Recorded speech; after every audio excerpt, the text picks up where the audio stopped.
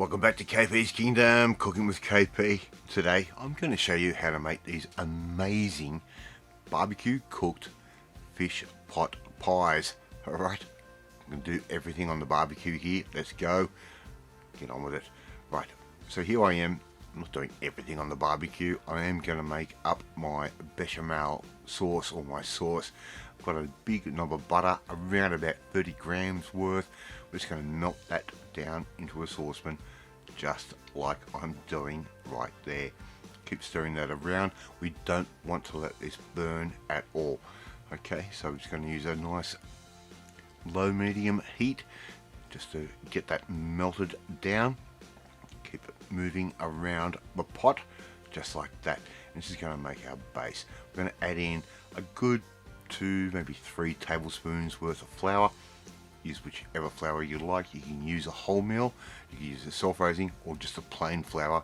I don't care. Just go with that. Don't use a cornstarch, by the way. I'm going to cook that flour out for a little bit, and once that flour is cooked out, we can start adding in our milk a little bit at a time. I'm just going to keep stirring that through, and as the flour absorbs the milk, we're going to add a little bit more.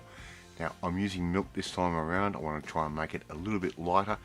Sometimes I'll use cream, but I'm just going to use the milk and keep stirring that around.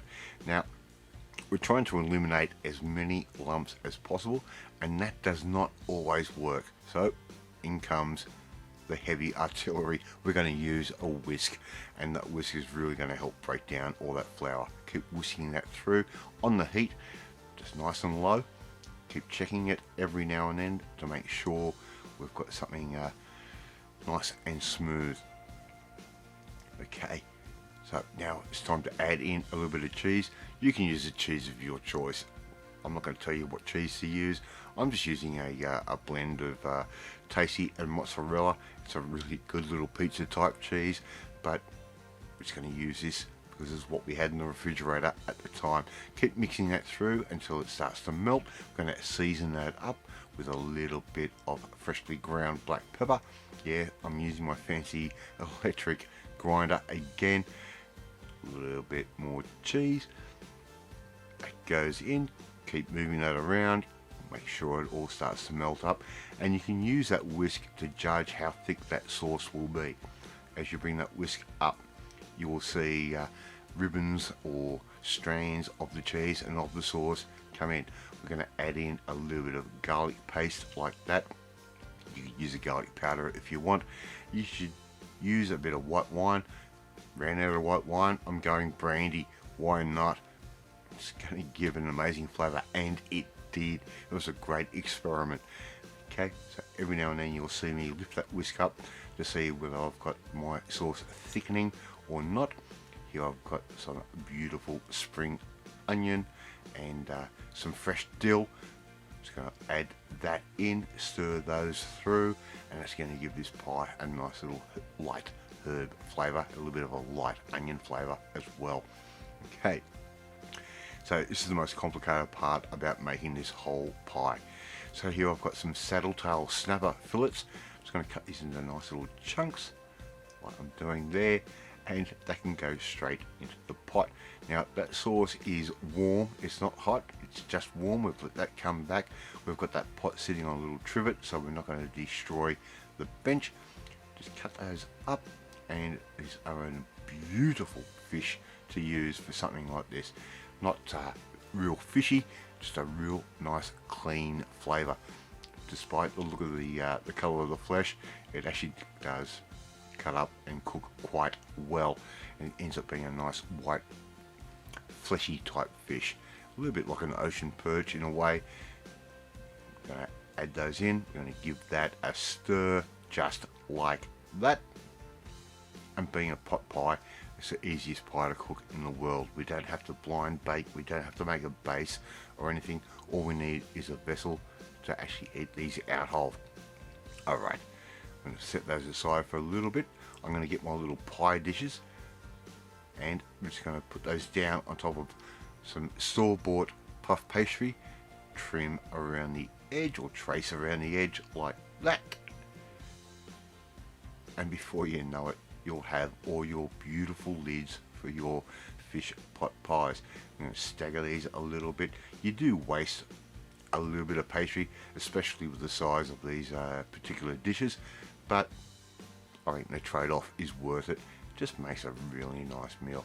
If you want to, you could actually just cook these open and put more cheese on top, make it a real fish mornay itself, but the pie gives it a little bit more texture, a little bit more flavour, and gives you a nice golden colour on top.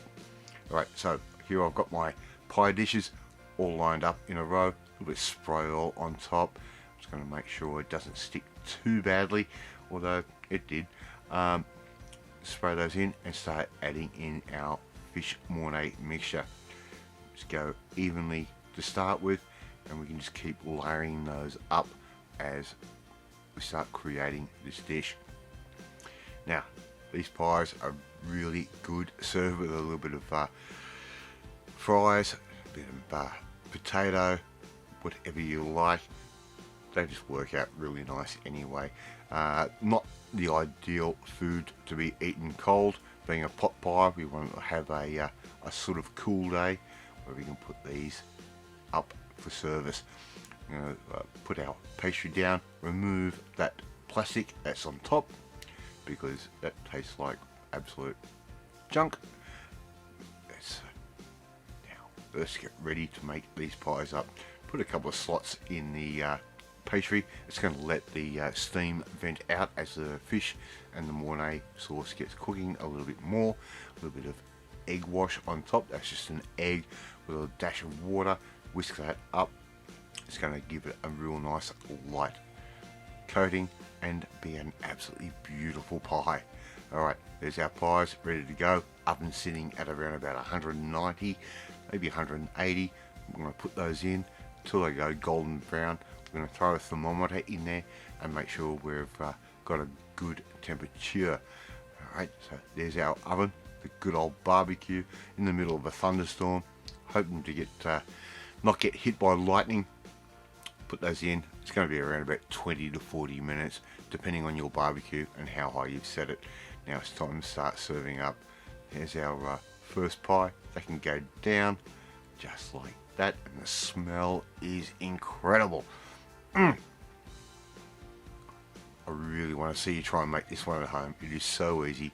As you can see by the tray underneath that we've cooked them on, the mornay sauce has evacuated the pie dish a little bit, and that is to be expected. That's why we put them on a little tray like that.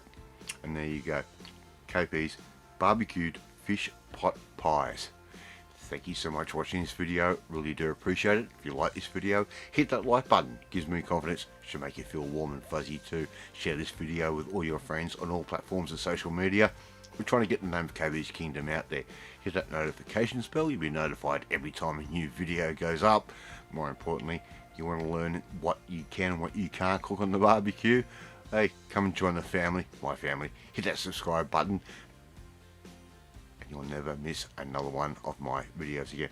Alright, off to eat my barbecued fish pot pies, and I will catch you next time. Bye!